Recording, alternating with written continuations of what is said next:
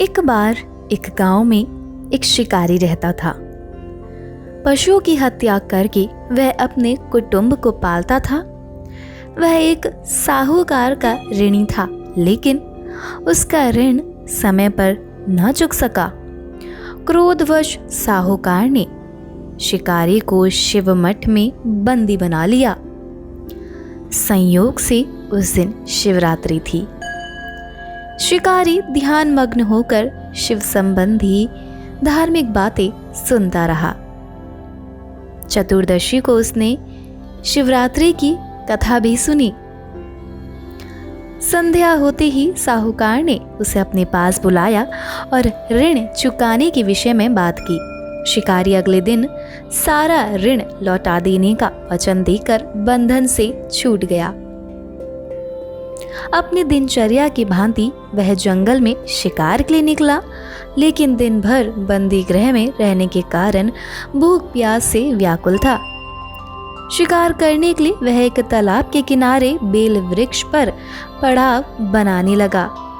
Bell वृक्ष के नीचे शिवलिंग था जो बिल्व पत्रों से ढका हुआ था। शिकारी को उसका पता न चला। पड़ाव बनाते समय उसने जो टहनियां तोड़ी वे संयोग से शिवलिंग पर गिरी।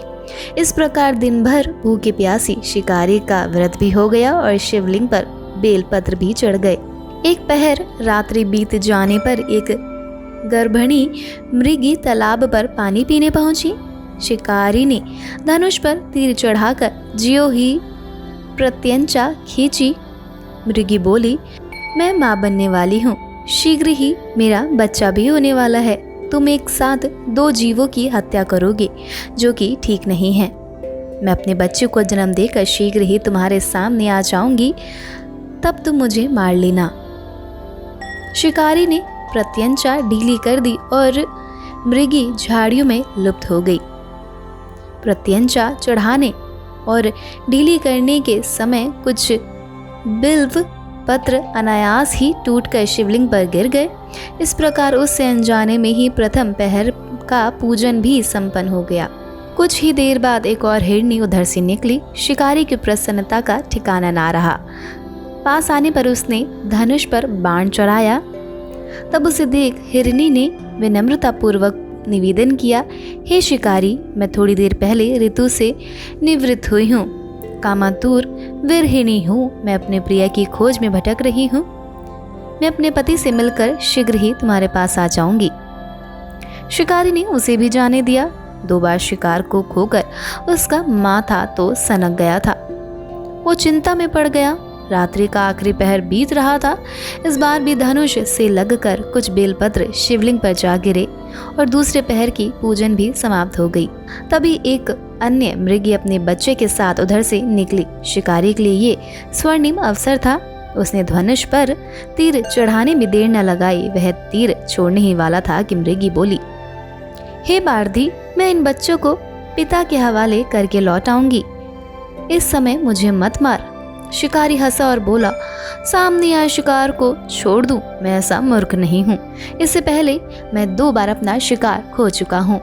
मेरे बच्चे भूख प्यास से तड़प रहे होंगे। उत्तर में मृगी ने कहा कि जैसे तुम्हें अपने बच्चों की ममता सता रही है, ठीक वैसे ही मुझे भी। इसलिए सिर्फ बच्चों के नाम पर मैं थोड़ी देर के लिए जीवन दान मांग रही हूँ। हे पारधी, मेरा विश्वास कर। मैं इनके पिता के पास छोड़कर तुरंत लौटने की प्रतिज्ञा करती हूँ।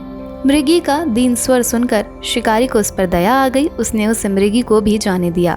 शिकार के अभाव में बेल वृक्ष पर बैठा शिकारी बेलपत्र तोड़ तोड़ कर नीचे फेंकता जा रहा था। पौ फटने को हुई तो एक हष्ट पृष्ठ मृग उसी रास्ते पर आया। शिकारी ने सोच लिया कि इसका शिकार वह अवश्य करेगा। शिकारी की तनी प्रत्यंचा देखकर मृग विनीत स्वर में बोला, हे पारधी भाई, यदि तुमने मुझसे पूर्व आने वाले 3 मृगियों तथा छोटे छोटे बच्चों को मार डाला है तो मुझे भी मारने में विलंब ना करो, ताकि उनके वियोग में मुझे एक क्षण भी दुख ना सहना पड़े। मैं उन मृगियों का पति हूँ। यदि तुमने उन्हें जीवन दान दिया है तो मुझे भी कुछ क्षण जीवन दान देने की कृपा करो। मैं उनसे मिलकर तुम्हारे सामने उपस्थित हो जाऊंगा। मृग की बात सुनते ही शिकारी के सामने पूरी रात का घटना चक्र घूम गया। उसने सारी कथा मृग को सुना दी। तब मृग ने कहा कि मेरी तीनों पत्नियां जिस प्रकार प्रतिज्ञाबद्ध होकर गई हैं, मेरी मृत्यु से अपने धर्म का पालन नहीं कर पाएगी। अतः जैसे तुमने उन्हें विश्वास पात्र मानकर छोड़ा है, वैसे ही मुझे भी जाने दो। मैं उन सबके साथ तुम्हारे सामने शीघ्र ही उपस्थित होता हूँ। उपवास, रात्रि जागरण तथा शिवलिंग पर बेलपत्र चढ़ाने से शिकारी का हिंसक हृदय निर्मल हो गया था। उसमें भगवत शक्ति का वास हो गया था। धनुष तथा बाण उसके हाथ से सहज ही छूट गए। भगवान शिव की अनुकंपा से उसका हिंसक हृदय करुणिक भावों में भर गया।